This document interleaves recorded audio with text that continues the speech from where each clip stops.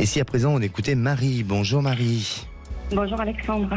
Bienvenue sur Sud Radio. Merci. Alors Marie, je vais vous poser la question du jour, comme à tous nos auditeurs. Avez-vous de la facilité à être dans cette notion du détachement ou face à un événement ou une relation sentimentale ? Non, je pense que j'ai beaucoup de travail à faire encore pour être dans le détachement parce que je suis beaucoup dans le contrôle. Donc je sais que c'est un défaut, j'y travaille, mais j'avoue que j'ai encore une marge de progrès importante à faire. D'accord. Alors justement, vous parlez de contrôle, vous avez cette prise de conscience qu'il faut améliorer cet aspect-là. Depuis combien de temps à peu près ? Ou est-ce que c'était à la suite d'un événement ou d'une relation où vous avez décidé, vous, de travailler sur vous, sur ce sujet-là ? Oui, c'est depuis ma séparation, il y a un peu plus de 2 ans maintenant. C'est vrai que j'ai engagé un travail sur moi. Je vois quelques progrès, mais bon, il y a encore du boulot. Vous faites aider ? Oui, je me fais aider. Oui. Bon, très bien. Alors, effectivement, vous avez rencontré un homme il y a 2 ans. Au départ, vous ne l'intéressez pas beaucoup. Et pourtant, lorsque vous êtes rencontrés, ça a été très fort ensemble. Et puis, au fil des jours, cette relation est devenue plutôt amicale. En mai dernier, vous avez décidé de mettre fin à votre relation. Alors, comme vous avez été déçu par rapport à cette décision et à son comportement, lui, il semble vouloir revenir aujourd'hui. Est-ce que c'est le cas ou pas ? Non, alors c'est pas exactement ça. En fait, j'ai rencontré cet homme sur un site de rencontre il y a un peu plus de 2 ans maintenant. Ça a été très fort mais très bref. On s'est vu réellement, on a passé du temps, deux soirées ensemble. Ensuite, oui. Il a entretenu avec moi des relations purement amicales, mais très épisodiques. Oui. Et jusqu'à se perdre un peu de vue, on va dire pendant 1 an. Et en mai dernier, je l'ai recontacté. Et là a commencé une relation où on a vraiment eu une relation, mais pareil, on se voyait que chez lui tard le soir, et puis on n'a pas partagé. Si on allait au restaurant, ce genre de choses, mais on n'est jamais parti en week-end, on n'a jamais rien partagé d'autre. Et donc au mois d'août, j'ai décidé de mettre fin à cette relation parce que je me suis dit c'est sans issue. J'ai craqué, je l'ai rappelé fin septembre, on s'est revus l'espace d'une soirée merveilleuse, une merveilleuse soirée, mais comme à chaque fois.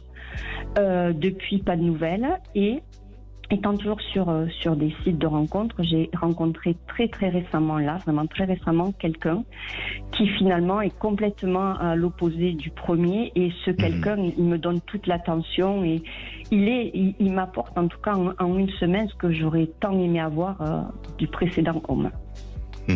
Bien sûr. Donc, du coup, oui, mais voilà. Alors effectivement, ce premier homme n'a pas porté suffisamment d'attention et cette relation était plutôt amicale que d'une vraie histoire. Et c'est pour ça que vous avez décidé de mettre fin à tout ça. Mais alors, pourquoi aujourd'hui vous posez toujours la question entre ce choix à faire, entre cette nouvelle personne que vous venez de rencontrer il y a peu de temps, et puis cet homme, pourquoi il fait partie encore de votre quotidien ?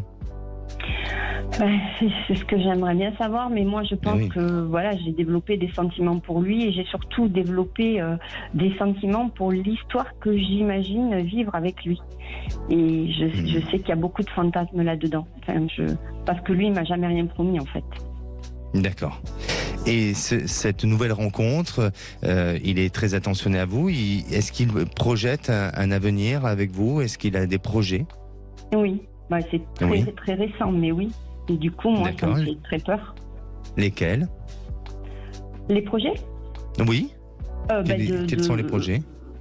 Déjà de partir en week-end. C'est une rencontre très très récente qui a 2 semaines à peine. Mais il me parle de partir en week-end. Ça va bientôt être mon anniversaire. Il réfléchit à l'endroit où il pourrait m'emmener pour mon anniversaire.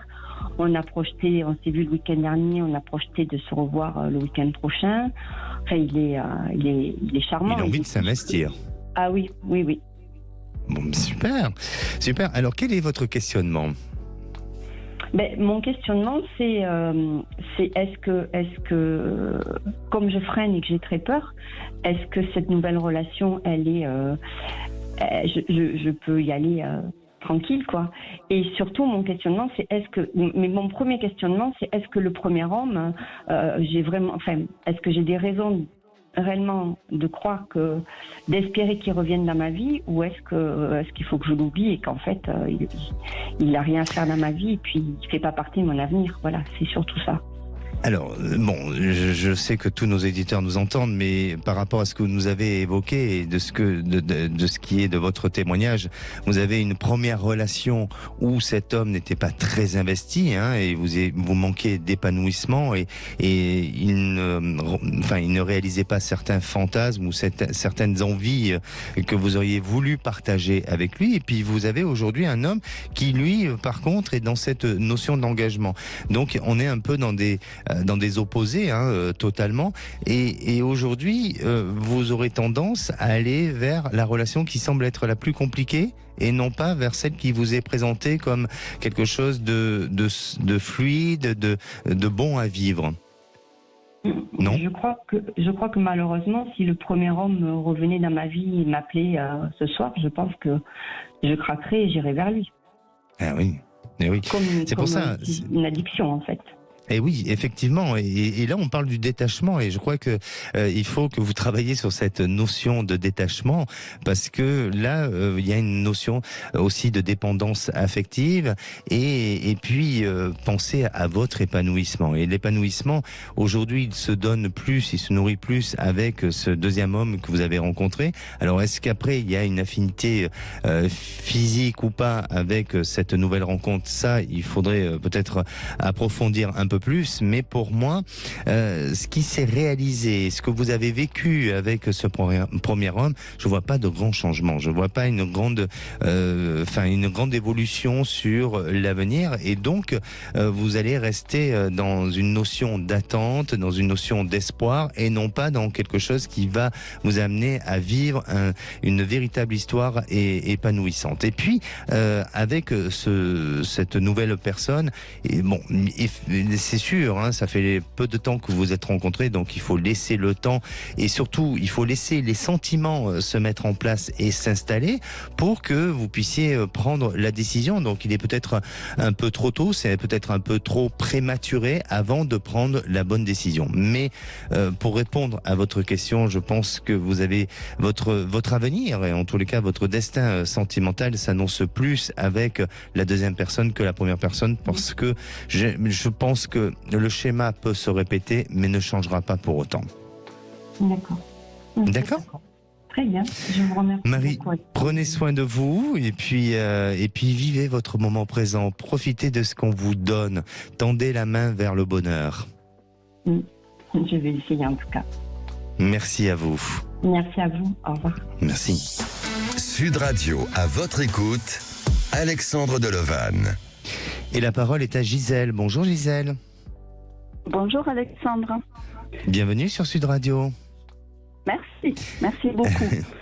Merci. Alors, je vais vous poser la question du jour. Est-ce que vous êtes dans cette notion ou en tous les cas, vous appliquez cette notion du détachement face à un événement ou à une relation sentimentale ou amicale Alors non.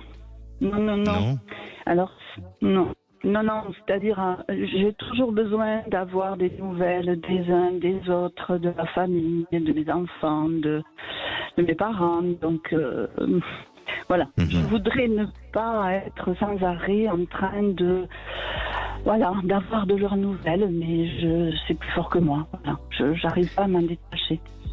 Est-ce que au fond conscient vous avez peur de l'abandon? Alors peut-être, non, pas peur de l'abandon, mais quand j'étais petite, il y a eu des soucis familiaux avec mes parents, mes grands-parents. On a vécu à 7 dans la même maison, il y avait des tensions. Voilà, peut-être oui, ma mère, à un moment donné, avait envie de partir, donc je l'ai rattrapée. Bon, peut-être tout ça fait que j'ai besoin d'avoir des nouvelles des uns et des autres, quoi. D'accord. Alors sûrement, oui. Voilà. Alors, vous nous appelez pour votre petit-fils, parce que vous êtes, comme vous l'avez dit, hein, vous êtes inquiète pour votre entourage et de ce qui se passe autour de vous. Et notamment, vous avez un petit-fils qui a 13 ans. Il a toujours eu des difficultés pour aller à l'école. Et cette année, il est en 4e. Il a fait sa rentrée, ça s'est bien passé. Mais dernièrement, il s'est plaint de soucis de santé. Votre petit-fils a un fort caractère, de ce que vous nous avez communiqué. Il répond très facilement à ses parents, mais c'est un garçon qui reste quand même très gentil. Et aujourd'hui, vous avez des inquiétudes sur son avenir, peut-être scolaire ou universitaire pour plus tard. Quel est votre questionnement ? Écoutez, ça fait un mois qu'il n'est pas reparti à l'école parce que la seconde semaine de la rentrée scolaire, il se plaignait de maux de ventre. Oui. Donc ses parents lui ont fait faire des tas d'examens. Voilà, maintenant, voilà, tout va bien pour lui, mais au moment de partir à l'école le matin, il ne veut pas. Il se met dans ses toilettes, il n'en sort pas et il ne veut pas aller à l'école. Et ma fille l'a amené encore tout à l'heure, cet après-midi au collège, et il n'a pas pu descendre de la voiture, quoi. Il ne peut pas y aller en disant j'ai mal au ventre, voilà. Donc je voulais savoir s'il va se débloquer, s'il a une phobie scolaire, on lui a demandé s'il a été harcelé à l'école, il dit que non. Oui. Les parents sont un peu perdus, quoi, vraiment. D'accord.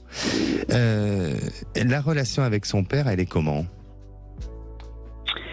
Alors son papa est là, hein. Il est là. Il a sans doute pas beaucoup d'autorité sur lui. Je pense qu'il lâche assez vite parce qu'il est agacé par le comportement de son fils. Donc je pense qu'il laisse peut-être un peu tomber. D'accord. Parce qu'effectivement, je vous pose cette question-là, mais j'ai l'impression que il faut rapprocher le lien entre le fils entre son fils et le papa. Et il manque peut-être une certaine forme d'écoute, d'empathie, de bienveillance, d'accompagnement aussi. Et je crois que votre petit-fils aujourd'hui, il semble avoir un stress en lui. Et peut-être une peur ou une crainte et peut-être aussi une démotivation et surtout une perte de confiance en lui. Son niveau scolaire est comment aujourd'hui ? Non, ça va. Il dit que il n'aime pas l'anglais, il n'aime pas la professeure, mais après, non, il s'accroche. Mais ma fille est toujours derrière de lui pour lui faire les devoirs. Il fait les devoirs. Et là, c'est entré en 4e, mais personne ne comprend, quoi. Mais je crois tout simplement qu'il y a un stress en lui et il faut vraiment l'aider, l'accompagner dans ce sens-là. Et j'ai l'impression que le lien, le rapprochement avec le papa pourrait déjà améliorer son comportement, son attitude et son équilibre et son bien-être aussi. Ça pourrait s'améliorer. Et puis de voir un peu ce qui se passe au niveau de l'établissement, voir si aussi il se sent pas, je dirais, rejeté d'un système ou peut-être sonder un peu autour de ça. Mais pour moi, il n'apparaît pas quelque chose de grave. Il n'apparaît pas, si vous songez à la notion de harcèlement scolaire ou autre, je ne le ressens pas de cette manière-là. Sinon, je crois que à cet âge-là, il vous l'aurait peut-être dit, mais je pense pas. Je sens plus que il a une perte de confiance en lui et surtout, il a envie de se sentir protégé et il se sent peut-être pas suffisamment aujourd'hui et peut-être dans la relation familiale, parentale, il y a des petits aspects à améliorer dans ce sens-là. Voilà, ça va s'arranger. Savoir s'il allait retourner au collège parce que les vacances de Toussaint arrivent et c'est dramatique, quoi. Ça va s'arranger. Après, bien sûr, il faut le faire surveiller d'un point de vue médical, mais pour moi, ça va s'arranger. Il y a il y a un stress qu'il faut justement l'aider à sortir dans cet état de panique et d'angoisse et de peur. Merci à vous, Gisèle, pour votre témoignage. Merci beaucoup. Au revoir. Prenez soin de vous.